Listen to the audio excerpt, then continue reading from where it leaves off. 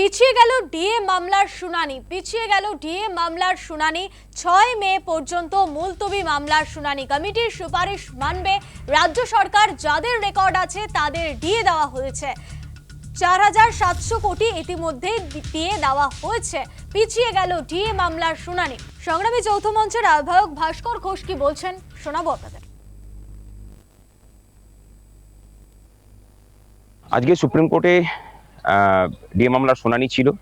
যে মামলার শুনানির তারিখ গত 5 তারিখে, যখন 5ই ফেব্রুয়ারি যখন রায় ঘোষণা হয় তখনই ফিক্সড হয়ে গিয়েছিল।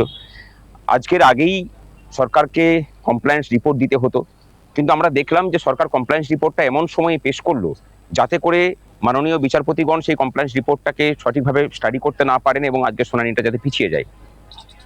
এবং আরও অবাক করার বিষয় যে কমপ্লায়েন্স রিপোর্ট যেটা দেওয়া হয়েছে সরকারের পক্ষ থেকে, সরকারের একজন ল অফিসার সেটাকে দিয়েছেন, সেটা এফিডেভিট করেছেন, নোটারি করে সেখানে জমা করা হয়েছে এবং তার ছত্রে ছত্রে মিথ্যাচারে ভর্তি।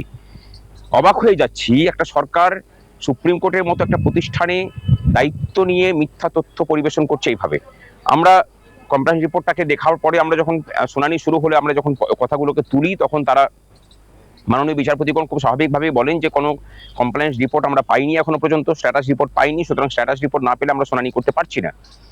এখানে তারা যেটা বলেছেন যে সমস্ত কর্মচারীকে দিয়ে দেওয়া হয়েছে। আমাদের কাছে হিসেব যে সরকারি কর্মচারীদেরই এখনো পর্যন্ত 20%-এর বেশি কর্মচারী এবং পেনশনার যাদের অ্যাকাউন্টে পয়সা ঢোকেনি, তাদের কাছে কোনো মেসেজও আসেনি।